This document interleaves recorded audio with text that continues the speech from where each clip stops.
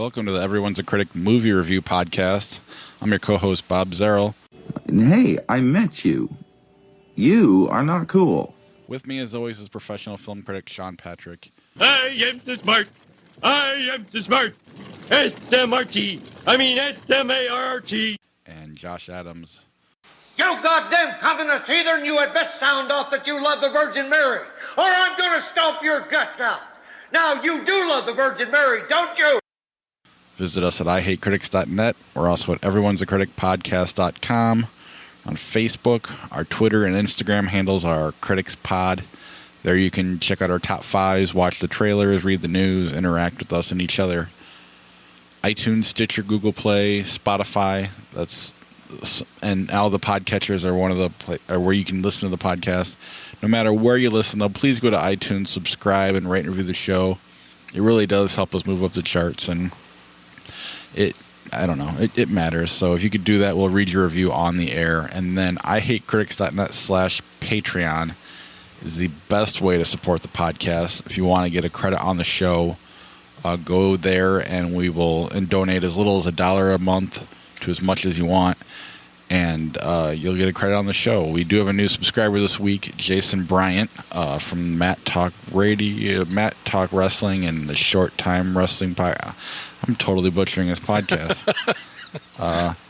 We bonded in Vegas over Vision Quest, but yeah, he is now a key grip along with Charlie Messing. So, and if you want new music, or not music, but quotes, let us know. We'll make the change.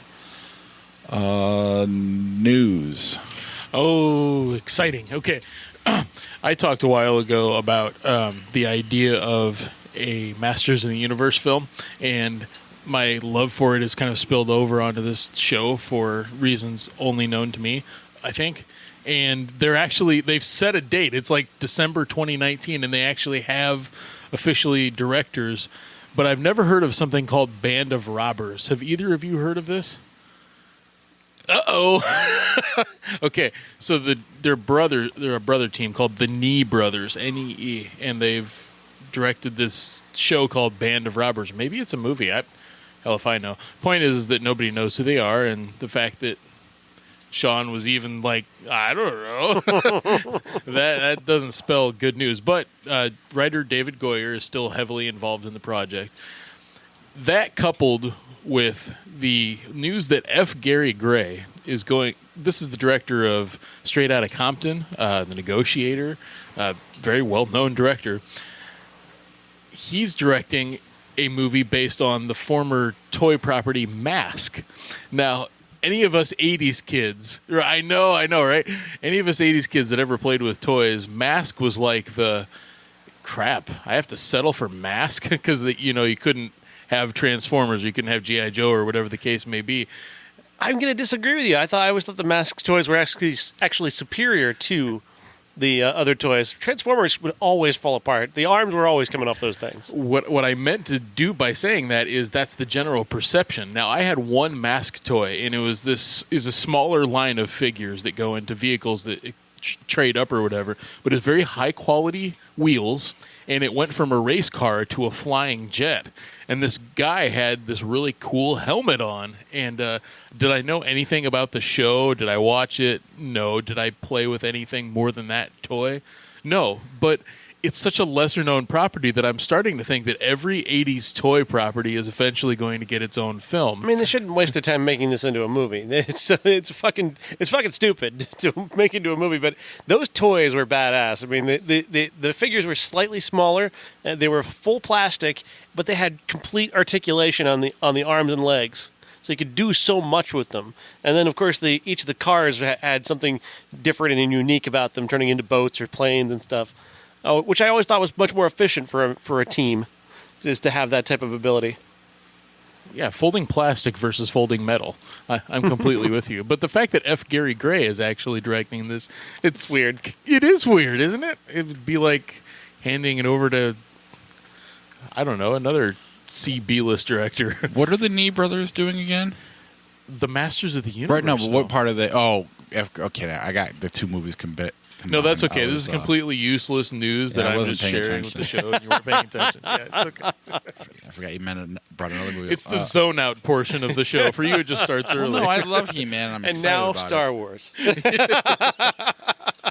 No, I'm all over He-Man. I don't even know what this mask toy is. I'll bring it. I have one. Of course you do. It is really neat, but I'm sure. Band of Robbers is 6 stars on IMDb. yeah. It's about Huck Finn and Tom Sawyer, but like a reimagining, where they're a comedic duo with a bunch of hijinks. But above average. Okay. They have more skills than me as a director, I suppose. And then we watched 3 trailers. We can start with Equalizer 2. Looks like the Equalizer won. Yep. Deuces are wild this week. It's Jurassic World 2. It's Equalizer 2. It's Incredibles 2. If I would have thought of it in time, Deadpool 2 as well.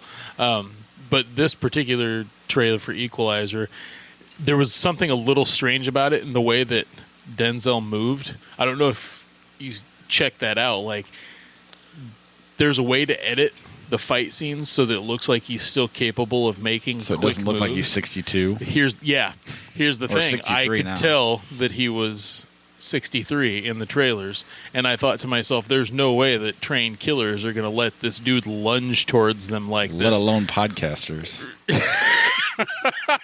Right. Exactly. Needless to say, I mean, the first one was enjoyable enough. I will take The Equalizer over Death Wish any day of the week. So a sequel for something that is extremely violent with a very talented actor at the front of it. Okay, sure.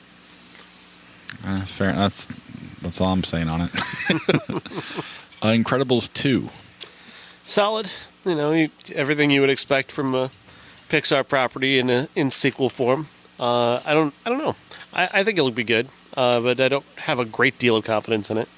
The Incredibles is one of my top 3 of the Pixar films for sure, and something that I was always hoping would get a sequel. Of all of the Pixar stuff that deserved it, it was this one. It was ripe for it. And it looks like it will be fun. Probably more fun in the movie than the trailer was. It seemed a little bland to me, to be honest. And Craig T. Nelson's voice, of anything, it's a little gravelly. He's not a young man by any means, and so it seems like maybe his voice has caught up with him over time. Instead of a mid-40s dad, he sounds like Grandpa Incredible. So I'm on board, of course, but that did catch me by surprise. It looks fun, but more kind of uninspired, almost like a Cars sequel. I mean, that's kind of what I. Well, it just doesn't. You know what? I do know what you mean. It looks like Mr. Mom, kind of, with maybe a little superhero story going on in the background that eventually will come to the main plot line. And then Jurassic World: Fallen Kingdom. Interesting trailer. I'm not sure about this one. Again, I'm waffling on all of these because I'm Sequels. Yeah, basically, and I don't have a lot of confidence in sequels. And I liked Jurassic World. I like Chris. I especially like Chris Pratt in it. And so yeah, I'm all right with this trailer, I guess.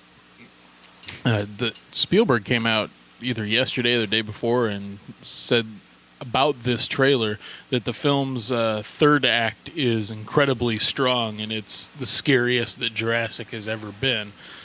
Take that for what you will, but I do remember jumping in the theater a couple of times with the first 2 films, and of course 3 and Jurassic World are terrible, but they're just there to populate the seats. But I'm genuinely interested in this Indoraptor. They didn't say it in the trailer, but the Lego sets are out, so of course I've seen them. The black raptor is called the Indoraptor, and it's just cool looking. I don't know. If you can make a raptor worse, then I guess I'm on board. All of these hybrid things kind of make me shake my head a little bit. Like it's almost like looking at action figures back in the day and seeing Kung Fu Batman or something like that, where they've strapped something stupid onto Batman just to sell another toy or another version of him. That's what I think of these dinosaurs, but at the same time, it does look a little scary, which is good for this. How much dumber do these people have to get before they just populate the entire world with dinosaurs? I mean, 'cause each time they seem to make another dumbass dinosaur that gets loose and kills a bunch of people. How long can you stretch this premise? Bob, let him know. As long as Chris Pratt wants to do it. I mean, that was the thing that was missing, I think, from the sequels before. You didn't have the star. You just had guys like Sam Neill and Jeff Goldblum in it. But now you have a main star that can carry these movies for, hopefully this is the last one. But I like Jurassic World. I thought it was better than all the sequels. Jurassic Park's obviously the best. But I thought Jurassic World was more of a horror movie than the first one was. So I'm with you. And I think this one looks like it's on there too. What's weird though is the trailers from the first trailer we got to this one, it's like different movies. Mm-hmm. Like the first one's like, let's save the dinosaurs, and now it's like, what the hell's going on? So I'm curious how it'll play out, and I'll go see it because it's I don't know, I like Jurassic Park. I'll be forced to see it, of course. My child is very invested in this. But just so you know, this isn't the last one. Colin Trevorrow is already signed on for the third film in this trilogy. Chris Pratt signed on? That I don't know. I just know that Colin is writing and developing the third one. And he did the first one, right? Yeah.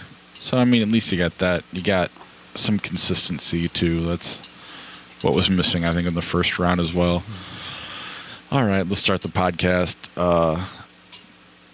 The most popular new movie this week is the new Amy Schumer film, I Feel Pretty.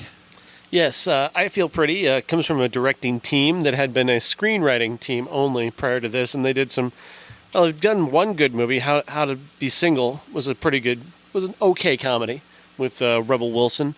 Before that, though, wow, their track record was really shitty with a couple of really terrible comedies. This time they've got Amy Schumer, and that does improve things a great deal. She plays a woman named Renee who has an accident at the gym and becomes super confident. She doesn't start to see herself any differently than she is. She just goes from being kind of a mousy chick to being really brassy and out there and super confident.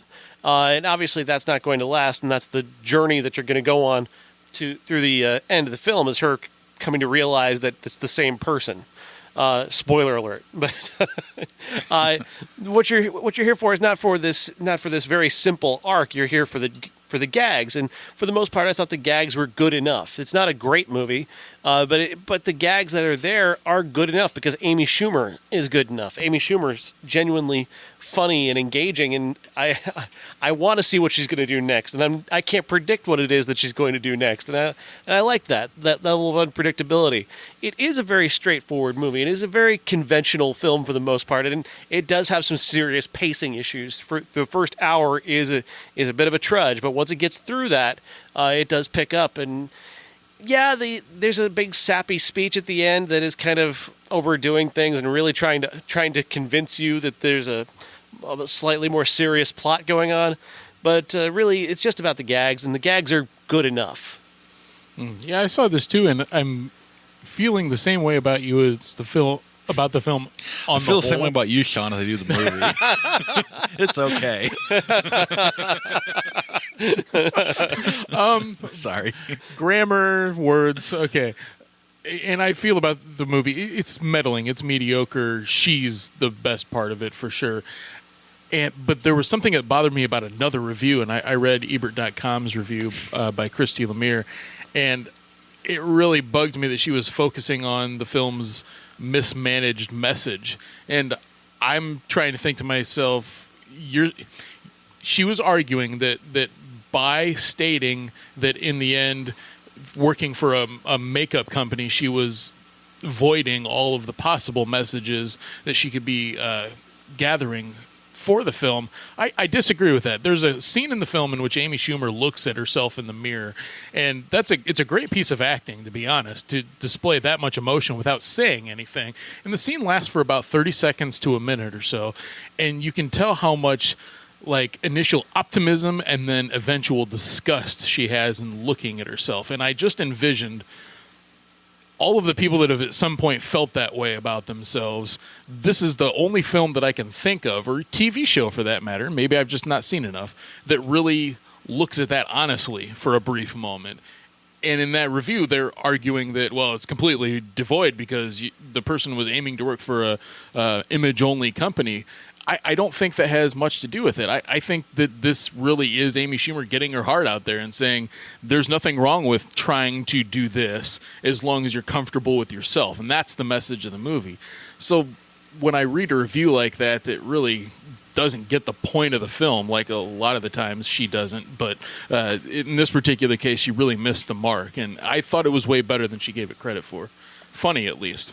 I think it's, like I said, I think it's good enough. I think it's funny enough. I do think that Christy Meyer has a little bit of a point in that, because the film does seem to commoditize beauty throughout with that whole Soul Cycle thing. That's like a huge product placement for Soul Cycle throughout the entire movie. Then you've got with the makeup thing, it is about commoditizing beauty, even as we're talking about a movie that's about beauty on the inside. It's commoditizing it at the same time, and those two messages do conflict. They don't need to, though. I guess that's we make them conflict, but the wanting to look better is just kind of that's just a thing. I don't know. To me, that's not really a message. It's just more of I mean, you can make it a message, I guess, but I haven't seen the movie, but based on what you guys both said, it's a clumsy attempt to bring those things together, though, and it makes it it makes the attempt that much more obvious. Well, the trailer made the attempt obvious. Well, we could have told the whole message behind the movie just by watching the trailer, and like that's where Sean's got a point. It was clearly about, is it funny or not, because you know what it's about. I did not go see it because my wife really wanted to see it, and she gave me shit every time I started to leave to go see it without her. And we kept trying to find a time, and the next thing you know, I don't know. Here we are. Yeah. What do you recommend, though? Theater, TV, Netflix? Never. It's if you're desperate for a comedy, because it is a bit of a barren landscape at the moment for comedy, then if you wanted to go to the movies and see a comedy, then you'd probably choose this one. Yeah, there were a group of late 40s, early 50s women, the only companions that we had in the theater with us that were laughing along with us all the time. The only thing that really surprised me is this is rated PG-13. I'm used to Amy Schumer being raunchy. Not... You can say raunchy, but... Well, she was at one point, but you're right. Yeah, at least, if nothing else, very, very challenging. I'm not necessarily interested in the language per se, but the situations would be gross or etc. Snatch decided to put gross in there just to be gross. This one being PG-13, it isn't that big of a deal, but it was surprising. And it was also surprising to see it first until the movie started about 5 minutes in that we were the only ones in the theater on a standard Thursday showing. It was a little confusing. Traffik. Did you get to see that one? Yes. Traffik is the story of a couple played by Omar Epps and Paula Patton who are going away for a weekend. It looks like he's going to ask her to marry him. They're going off to an exclusive mansion owned by a friend of theirs, played by Laz Alonso, and his girlfriend. And they, on their way there, they stop off at this gas station, and they get harassed by these bikers. And Paula Patton encounters this woman in the restroom who somehow slips her phone into Paula Patton's bag without her noticing it. Inside the phone are all these photos of women who've been kidnapped and are being trafficked via this gas station through semi-trucks. And Paula Patton happens to be a journalist, works for a newspaper in Sacramento, so she starts thinking she's got a story here. Then the bikers show up, and it turns into a pretty typical thriller. And that's unfortunate. There's some good stuff here. The first 40 minutes or so, Paula Patton and Omar Epps are putting together a pretty good romance that is turning slowly into a thriller, which is good.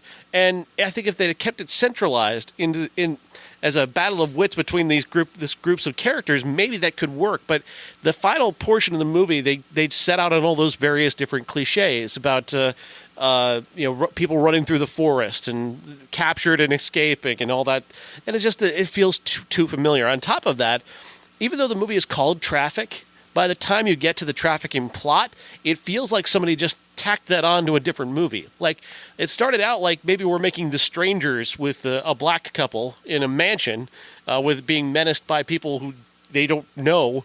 And they just say, it's like somebody looked at that script and said, you know what we can do with that? We can make a point about trafficking, about sex trafficking. And we'll make this a thing. We'll make it an important movie. And it feels tacked on. It also feels exploitative. The way that Deon Taylor, the director, uses the images and uses the trafficking plot. Again, despite this being the title and that's supposedly what this movie's about, it does feel tacked on, but it's also exploitative.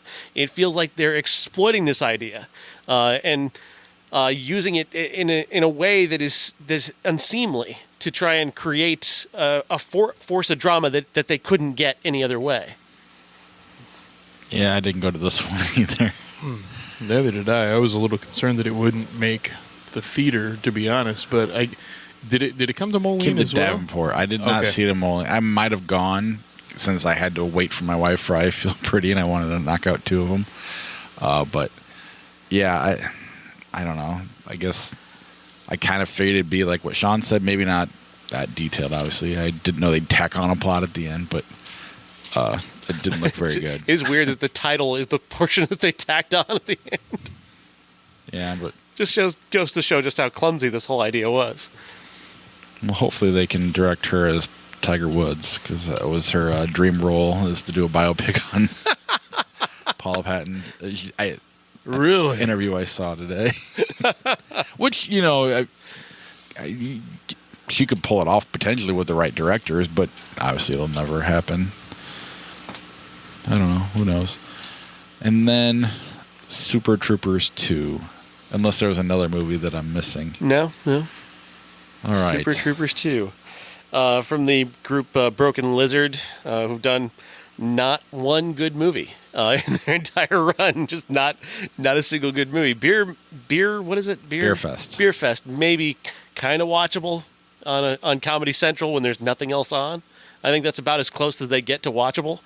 But Super Troopers 2 is basically just them playing the hits. They're just coming out here and doing what they did in the first film.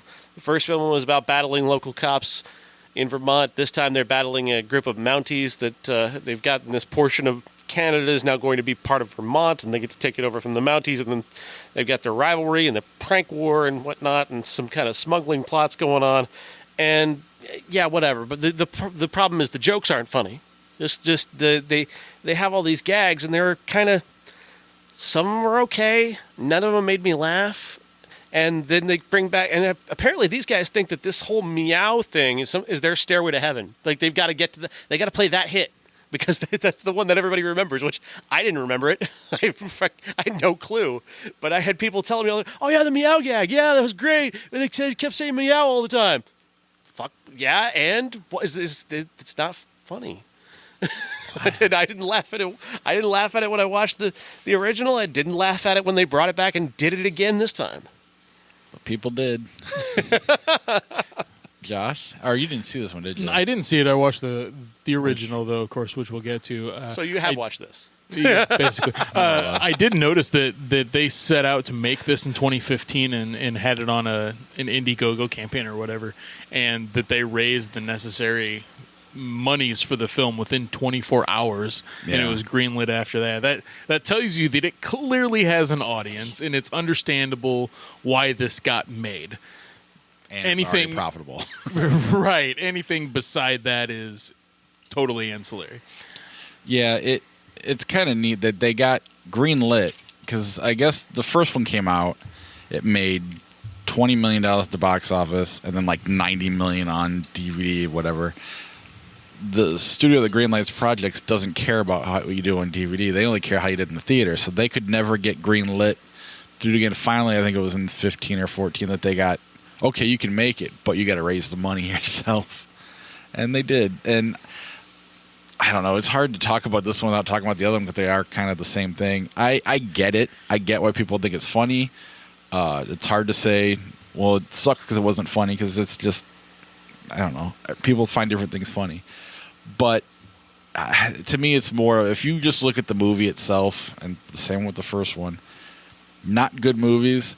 But if you kind of look at it, it's more than that, which is just kind of you and your friends. If you, like my friends, we all worked at Hardee's. We took over Hardee's in Geneseo. Like, we owned that place. Even though we had bosses, we could just kind of do shit like this. We didn't say meow or anything like that, but we could do whatever we wanted, and it was a ton of fun. And you get that feeling watching this movie in both of them. Really, it's that a group of friends coming together to just kind of, and it's more behind the scenes or it's a little both, I guess. And I guess that fun that you have with your friends is where I think people like it or don't.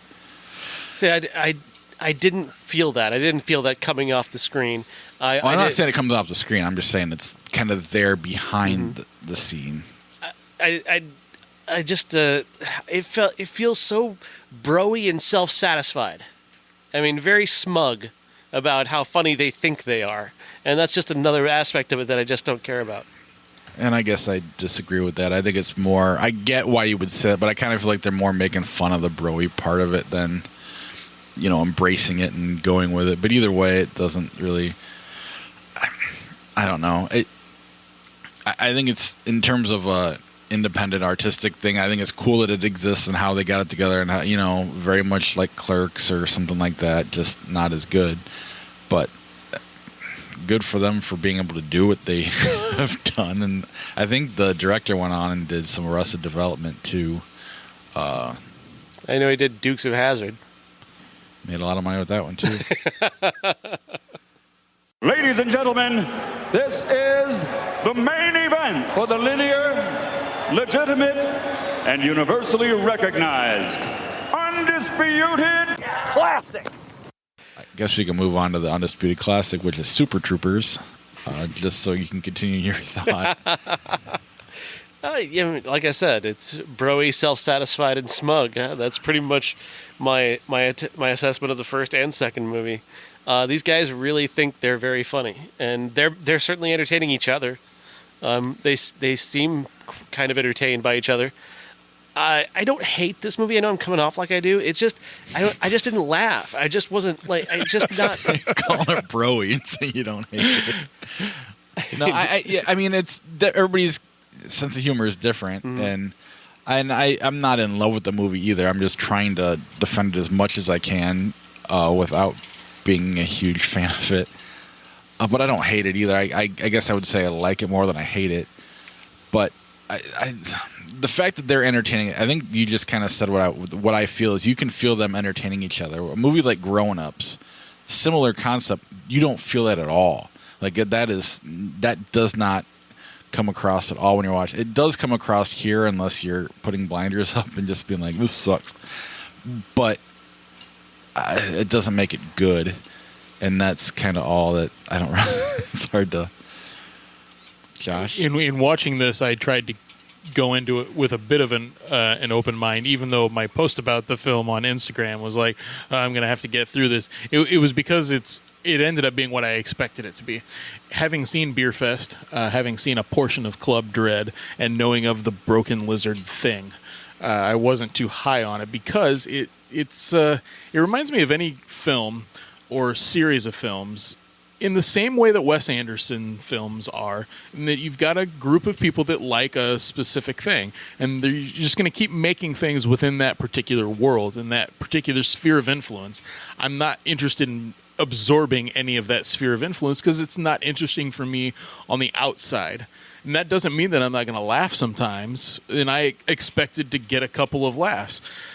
The only chortle that I got out of Super Troopers, though, was Jay Chandrasekhar, the director of the film. He plays Thorny or something like that. Am I right about that? Yeah. Sure. Something. I don't know. Everyone's got mustaches pretty much, so it's hard to figure it out. But he says, anybody want a mustache ride or whatever. And I remember that as a sound clip from my favorite radio show for a while. And that was the only this is the movie where that comes from. Okay, that's the only thing that I got. There's four of those in this movie. The Smoke and the Reefer is another one of those that's been repeated a lot. The Meow, despite what Sean says, that's a huge. I've seen that in memes, and people have said it over time. Right, Meow. And if that came from this, I'm so disappointed that I liked that because it's not funny in the movie to me. Okay, it's funny when somebody occasionally throws it into conversation like once. They do it 10, 15 times in a row here, and I'm like, okay, well, new joke, please, now, immediately.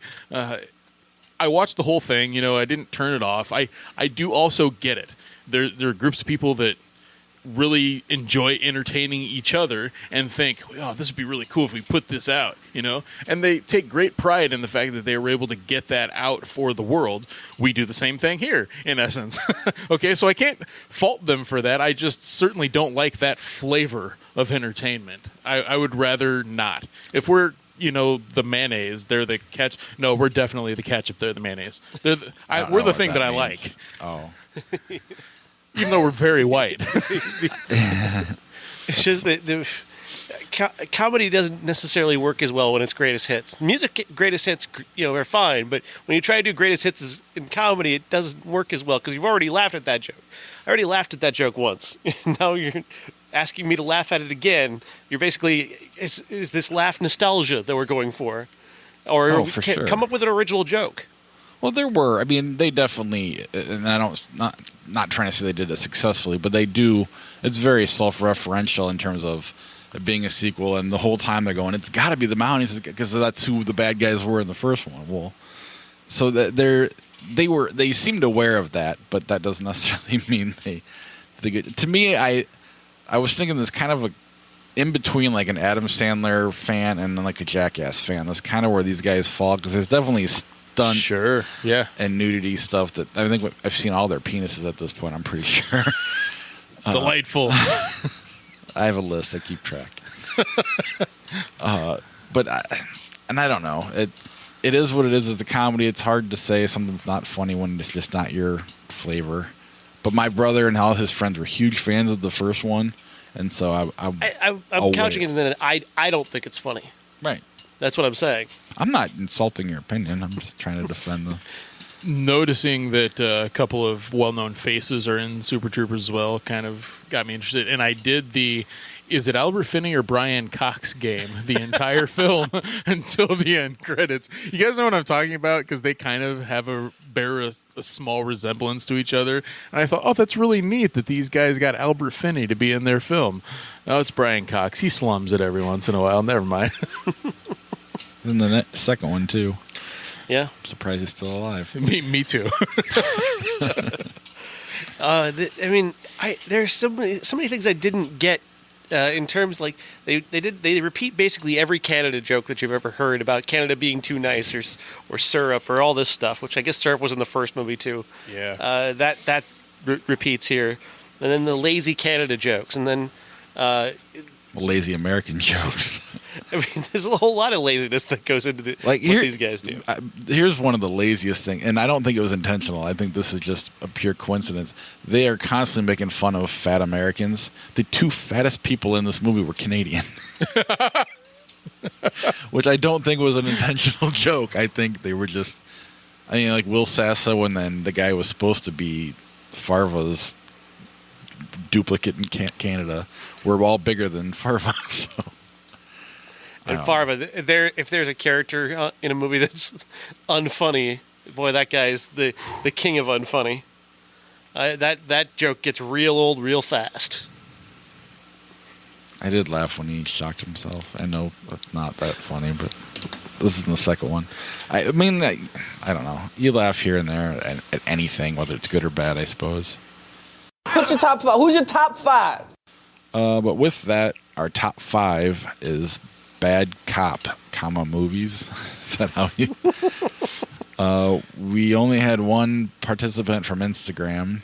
Actually, two, if you consider it. I think Beth contributed. Beth Round did. Saying there's only one cop movie to have ever existed, and that's Hot Fuzz.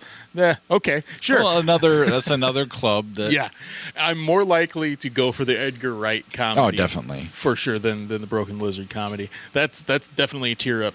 And also, new contributor Ian had top 5 bad cop movies being 5 Austin Powers, 4 Kindergarten Cop, 3 Super Troopers, 2 Rush Hour, and number 1 Point Break. I'll start with me. I guess I'll be the only one reading me.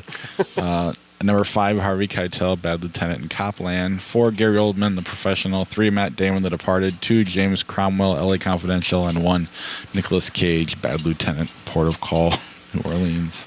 Yeah, I've got The Departed because Matt Damon's pretty fantastic in that. And then I've got Bad Lieutenant Protocol New Orleans on my list as well. I loved that movie. Then I didn't really have much of a list after that because I got too busy this week. Fair enough. Let's see if you can pick any off of my list. That'd be fun if you did. 5 is Nicolas Cage in Port of Call, New Orleans, Bad Lieutenant, whatever. And I realized by reading all of this, I thought when I was watching that movie that it was a sequel to the Harvey Keitel film, that he was playing Harvey Keitel's role. That's not the case. It's just a completely different world, completely different cop, etc. That makes it even more interesting. I guess you could have bad lieutenants across America, but I kind of want to see Nicolas Cage do it again. 4 is Henry Oak, played by Ray Liotta in Narc, which is a film that I surprisingly really, really enjoyed. It's Joe Carnahan's best work. And 3 is Jack Vincennes, played by Kevin Spacey in L.A. Confidential. And I know that you were going with James Cromwell, and that makes sense because he's really the bad cop. He's the baddest guy. But yeah. they're all kind of corrupt in one way or another. And I really like Bud White in that movie, too. But he's the honorable one. I'll be honest, I wasn't that inspired when I went through this. I mean, Martin Riggs, is he good or bad? They blow shit up a lot. I mean, you could make a lot of arguments, and I just went for the bad guys. You could have gone with Paul Blart Mall Cop. Technically, he's a bad cop. Then I'd go observe and report. Oh, yeah. Good call. My number 2 is Louis Renault, played by Claude Rains in Casablanca. He's a bad cop in that he's facilitating under-the-table crime, that kind of thing. And he's one of the slyest characters in film history. I've always loved his character. And number 1 is Dirty Harry Callahan, for as completely unnecessary as those films may be. I just really dig Clint Eastwood's first 2 movies in that series. Number 18 in 1988. Squeezed and pulled and hurt my neck in 1988. Squeezed and pulled and hurt your neck in 1988. All right, at a record pace, we're in 1988 already. No kidding. All right. Pardon me, I wasn't prepared. Well, I'll talk about the one that I did watch first. And let me guess. Yeah. Not hard to guess here. Leah Thompson in a movie about sex. Well, I'm going to be watching that. I didn't watch Casual Sex back in 1988 for good reason. It's not that hard of a rated R movie at all. I can't remember a single bit of language in there. It's only sexual situations and partial nudity, so it's not that hard of an R. It wouldn't have been that bad had I seen it at age 9. I pretty much would have enjoyed myself. Leah Thompson stars along with Victoria Jackson, and they're 2 friends that are kind of unlucky in love and are going on this vacation to see if they can figure out how to manage their sex lives. It's a clumsy film in that it's set up like a play because it's originally a play that's adapted for the screen, and so they cut away to the main characters talking to the screen, and it kind of ends up being a little awkward that way. They should have, in my opinion, gone with a straight-up film approach to what the play was trying to do. And then, of course, there are the awkward, clumsy moments in the film when characters do doofus things. I mean, Victoria Jackson's in it, so of course I think you're going to eventually get that because that's what her whole comedy shtick is based off of, is clumsiness. But then there are some moments of real connection where these 2 characters realize that just because somebody looks good, you don't go for them, and even at its best it doesn't seem right. You have to form a real connection with somebody, and then that makes the sex better. Okay, sure. And at some point they're on a beach, and it's a nude beach, and they've taken things off. So I guess if anything else, there's your moment. Yep. Yeah, I've seen it, not in 88, but I saw it in probably the early 2000s, late 90s, somewhere, I don't know. And I just have a problem with Victoria Jackson. It's hard for me, because I know her, not necessarily for the political stuff that she turned into, but just taking her Saturday Night Live character and watching her in a movie, it was awkward for me, and I couldn't really get past it. And more on me, I guess, in the movie. But there's awkward sidekick, and then there's Dice Clay too. As much as I guess he's an okay actor, but not. In this, he kind of stuck out like a sore thumb too. Yeah, I kept expecting him to break out with the F-bomb here and an F-bomb there, and he doesn't. He's trying to play a really likable character named Vinny from New Jersey. Imagine that, and it comes across as disingenuous, his reputation is actually working against him in this film. You don't want him to succeed at all. Disingenuous reputation that he pigeoned himself Right. into. Also in 1988, a movie called Permanent Record with Keanu Reeves in it, and I didn't get to this one, but anybody else see that one? Years ago. It Okay. was okay. I'm interested in Keanu Reeves pre-Bill and Ted. Like last year, we watched a movie with him in it, The River's Edge, and it was kind of a very dark and depressing film in which he showcased some sincere ability, and I was interested in this movie for that reason. 2 horror films round out the list for the week. One called Lady in White. It stars Lucas Haas and Katherine Hellman from Who's the Boss. And it made $12.3 million. Oh, no, wait. That's Casual Sex. I'm reading off the wrong line. Okay, it only made $2 million. And it says the author tells the story of how, as a young boy growing up in the 1960s, he was haunted after witnessing the murder of a little girl. Lady in White, anybody? Going once, going twice, and that's a no. Another one I tried watching and the internet crapped out on me is called The Unholy, and stars Hal Holbrook and Ben Cross. Okay, fine. It made $6 million, so that's not a terrible, terrible number, at least to think about. The plot summary goes like this. A priest battles a demon that kills sinners in the act of sinning.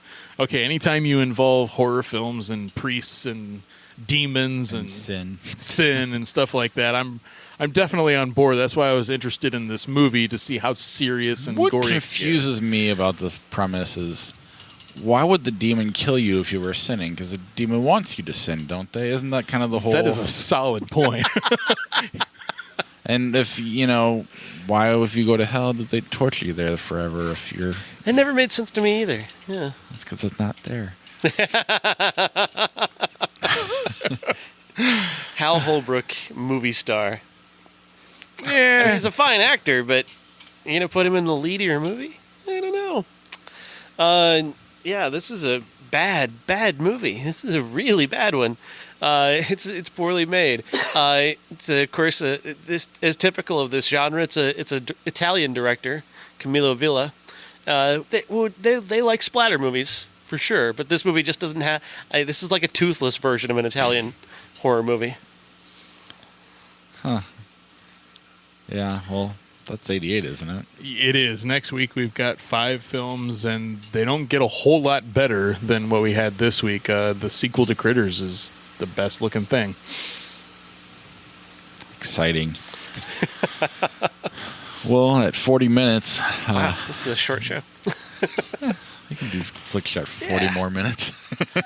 I can tell you a little bit more about Casual Sex, but I mean, that's I don't know. more What I for want We're to not hear looking for your about. personal life. Yeah. No, wait. The movie. Okay, I finally just got it. More.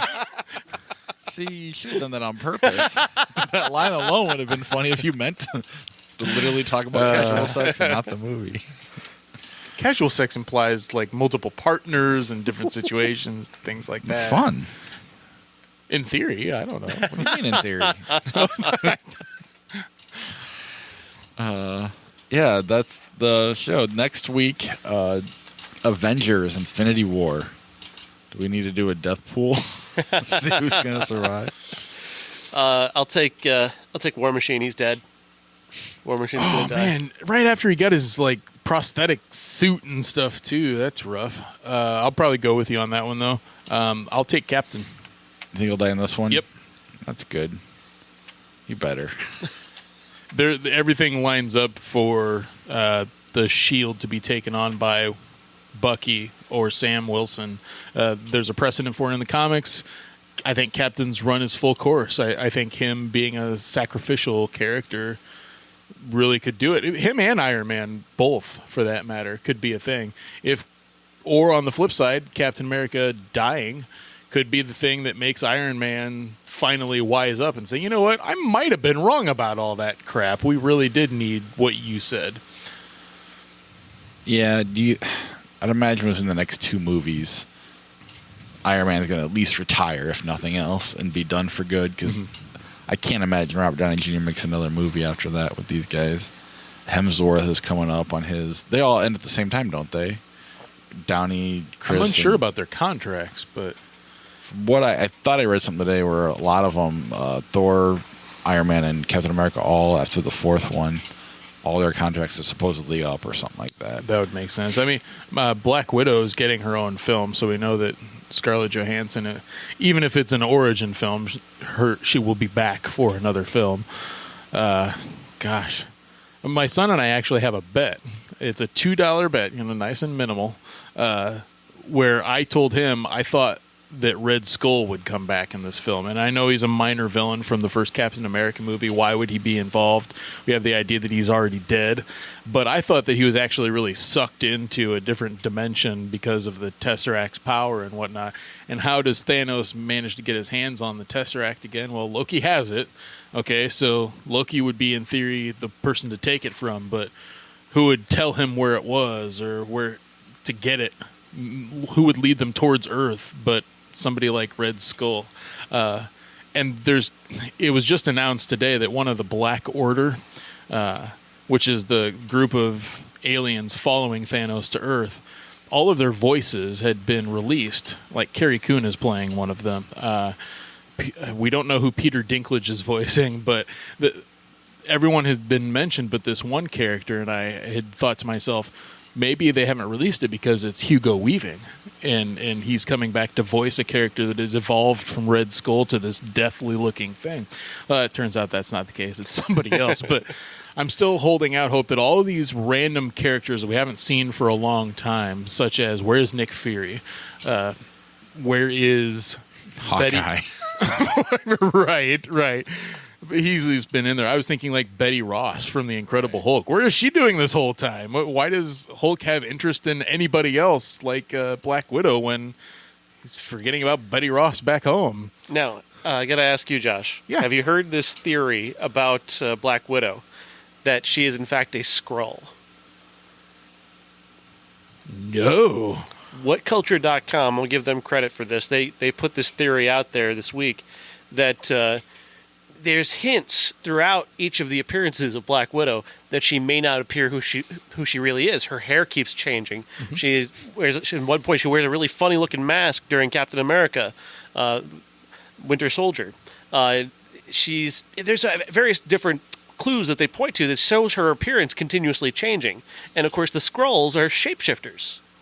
And so that's leading some people to believe that at some point either she was replaced by a Skrull or she's always been a Skrull. And it could be that this movie that they're making is how she ended up there. No. That'd be kind of a cool twist, wouldn't it? Anything like that would be a very cool twist. That's why I was going for the Red Skull angle. Something to bring it back together, some kind of twist in the plot to make you invested in the previous 18 films that you've watched. Not just the standard plot lines, but callbacks to characters or something new that we didn't know of before that brings Thanos to Earth. All of that is very interesting to me. And what I'm really hoping more than anything is that the film is brave and doesn't shy away from larger cinematic ideas as opposed to just being a movie where everyone's on screen. I'm not interested in that. I was watching The Winter Soldier this past week. It's still my favorite of all of these Marvel films because of its ability to be a film first that just happens to have superheroes in it. And it really feels like a spy film, a political thriller. He just happens to be there. And Black Widow just happens to be there. So keeping that in mind, I wish that this film would be more like that. I mean, it's the same directors. They've failed to me with Civil War.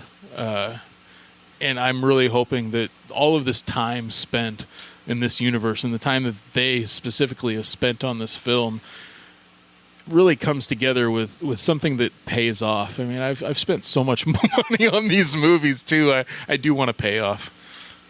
What did you think of James Cameron's comments? What did that idiot say this time? I believe he said he's hoping they'll stop making movies with people in capes or something along those lines, or I don't know. And he was specific about the Marvel universe, too. Like, people need to start seeing real movies again or something like that. Says the guy making a movie starring CGI characters. Well, yeah, I mean, how was Terminator not a, maybe it's not a superhero, but it's a super bad, it's the same type of world, I guess. He's just fun movies. Off his rocker. Yeah, I saw something that Avatar was going to be, the sequels are going to be a family-based trio of films. What is wrong? Like, I know that he's a very egotistical man and always has been, but the past 15 years has really shown him to be an almost irrepressible asshat. If that's true about Avatar becoming family movies, we need to brush up on our Fern Gully jokes. Yeah. Yeah, exactly. I guess less alien sex in those films, huh?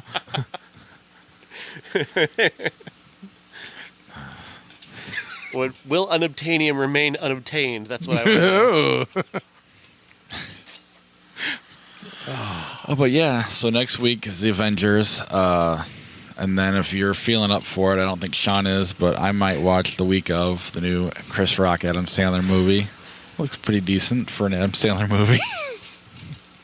I don't know. I like to give Chris Rock a shot every time, even though more times than not he lets me down, but I like the guy, so. Definitely counter-programming to Infinity War. And one's on Netflix. And then our classic is Knowing. Or Defendant Classic, whatever you want to call it. Classic. Fair enough. The whole idea of picking it was to relate something apocalyptic to Infinity War and have it be Earthbound as well. And, well, it definitely fits the bill. I mean... If you can't tell, Josh picked this. I did. It's an Alex Proyas film, the man behind Dark City and The Crow. Don't think about Gods of Egypt. Don't think about iRobot. Just focus on the good stuff.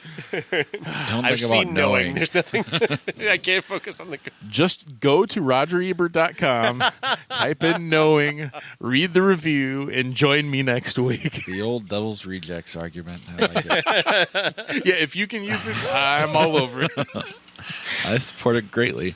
And then, which then leads to our top 5 is top 5 bad movies you think Josh likes. Man, for all of the self-pain I'm going to inflict this week, I sure hope that people live up to it. This should be fun. You guys can make up your own rule. It doesn't have to be real. Yeah. Just you don't have to base it on having listened to the show all this time. You can just take a guess. Like, I know this movie. I bet Josh likes this one. Oh, yeah. Yeah, there's going to be some interesting submissions. It's going to go down. Like, Sean's going to have Cloud Atlas.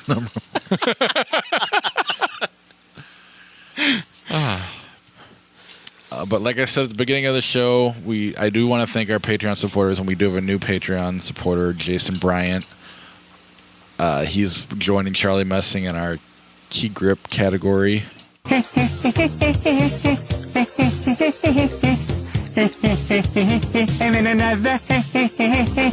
Our character actors, Josh and Christina. I think this is the beginning of a beautiful friendship.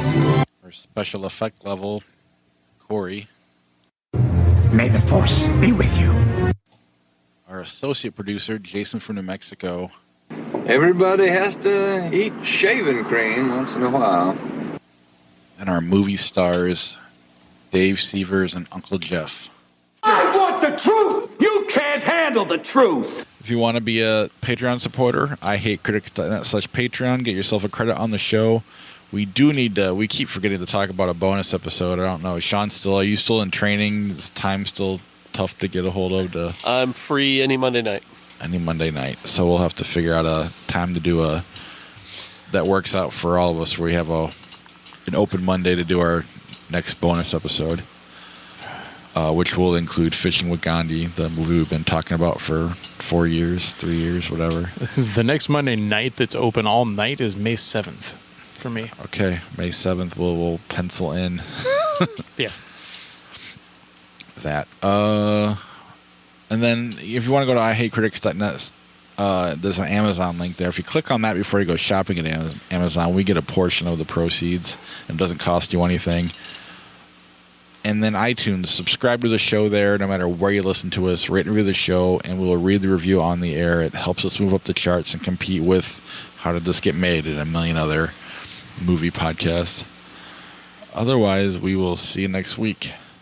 That ought to do it. Thanks very much, Ray. And we're the three best friends that anybody could have. We're the three best friends that anyone could have. We're the three best friends that anyone can have. And we'll never, ever, ever, ever, ever leave each other. We're the best three friends that anybody could have. I mean, the three best friends that anybody could have. That's right, the three best friends that anybody. You guys want to stick around for a flick chart? Yeah. All right. Here's a good one. The good, the bad, and the ugly in old school. Good, the bad, and the ugly. Agreed. I agree. Poor Josh. Predator. Finding Nemo. Finding Nemo. By default, it's Nemo. Even over the greatest action movie of all time. I'm never going to live down that statement. Always think before you speak. Seven Samurai phone booth. Seven Samurai. I still haven't seen Seven Samurai, believe it or not. Even though it's like the basis for Star Wars. Neither have I, so we'll just give it to Seven Samurai since Sean's seen both. Cinderella, 1950, or Transformers, Revenge of the Fallen. Cinderella. Inglourious Bastards, The Terminal, 2004. Inglourious Bastards. 1952. I would still take that over The Terminal. It's not really. It's really the two. Thor, 2011, or Hellboy, Golden Army. Thor. Hellboy 2. From Dusk Till Dawn, Bridget Jones' Diary. Bridget Jones' Diary. Bridget Jones. It's a better movie, but I do like part of From Dusk Till Dawn better. Zootopia or American Wedding? Zootopia. American Wedding. That's tough. I'm going to go with American Wedding, even though Zootopia is probably better. The Terminal, Shrek 2. Shrek 2. I really hated The Terminal. Shrek 2. I'm surprised, as big as Shrek was at the time, how it really hasn't lived on like a lot of other animated movies. It doesn't have much of a legacy at all. There's something, I think, to say about how DreamWorks took that property and completely filtered it out to different mediums. There's like a Christmas special, and then there's things that were put on Netflix, different properties that are direct to video for that. Puss in Boots filtered off of that into not only its own movie, but a different TV show. And they're considering doing the whole thing over again, too, because it was a big moneymaker. But I think that's partially the reason why is 4 movies, lots of other things, and it never had like the merchandising cachet like Pixar does as well.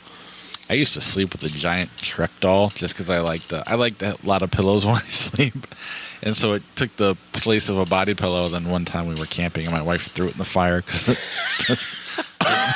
What the hell? This was within like the last 6-7 years. Patreon supporters, let's get Bob another Shrek doll. And then I found one like grown adults cuddling with Shrek.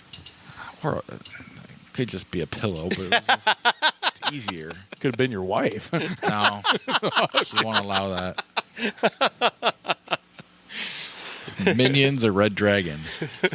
Red Dragon. Red Dragon. I agree. Fuck the Minions. Now there's a property that won't go away. The Devil's Advocate, The Cable Guy. Cable Guy. I'll go with The Devil's Advocate for just like a couple of small scenes. Cable Guy was always disjointed too much. The Cable Guy's a little bit more ambitious. Probably. Sure. Fails harder, but it's more ambitious. Nothing more obvious than Al Pacino as the devil, I suppose. But it was kind of like the last time I could kind of stand Al Pacino in a movie where that over-the-top stuff didn't bother me. Maybe he's done it a couple times. I haven't watched Paterno or any of the other things he's done. There's probably a reason for that. The Muppets Take Manhattan or I, Robot? I, Robot. Muppets Take Manhattan. Nothing against Alex Proyas as a director, though. I like iRobot a little bit, and Muppets Take Manhattan bored the hell out of me. I really don't have an opinion, so I'll just take Muppets. The Lord of the Rings, The Two Towers, or Castaway? Well,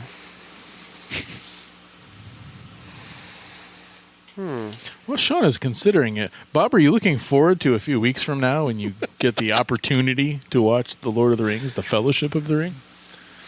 I've seen it. I'll watch it again. It's fine. Again, with a serious, critical mind.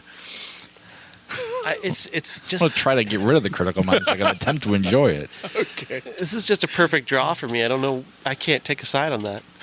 Two Towers for me. Yeah, they're both kind of equally as pointless. Flip a coin. We'll just go Lord of the Rings. All right. I told my son about Bob's distaste for Lord of the Rings this week, and I said, yeah, but I get to make him watch all of them this year throughout the year. And he said, that's great. Can I make fun of him too? Yes, you can. He's in the middle of reading all of them. He's started The Two Towers just this past week, so I'm kind of proud of him for taking on that material. You guys are mean girls.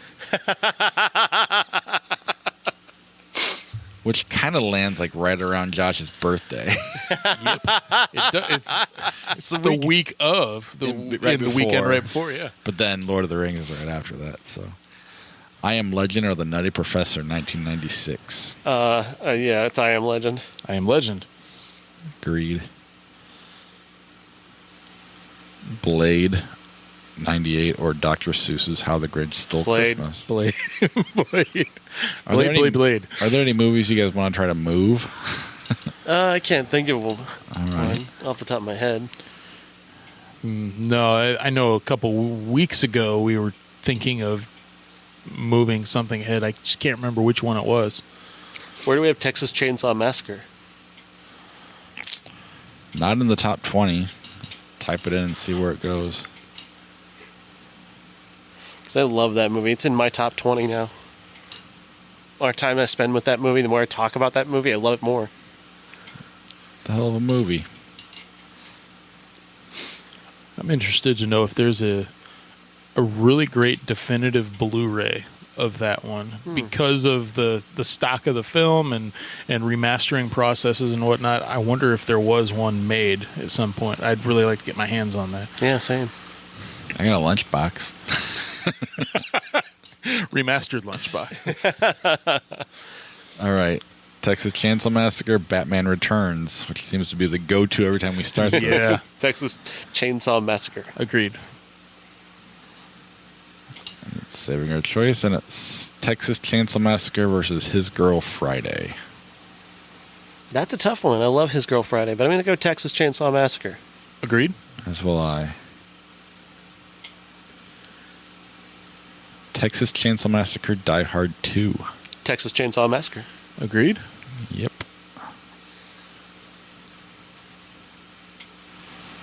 Eventually we'll get into the higher ranking movies. Texas Chainsaw Massacre, Close Encounters of the Third Kind. Texas Chainsaw Massacre. Close Encounters for me. Still Texas for me. Is it possible it's the title that holds this movie back? I feel silly saying it, but then I have to take the movie seriously because it's a very good movie.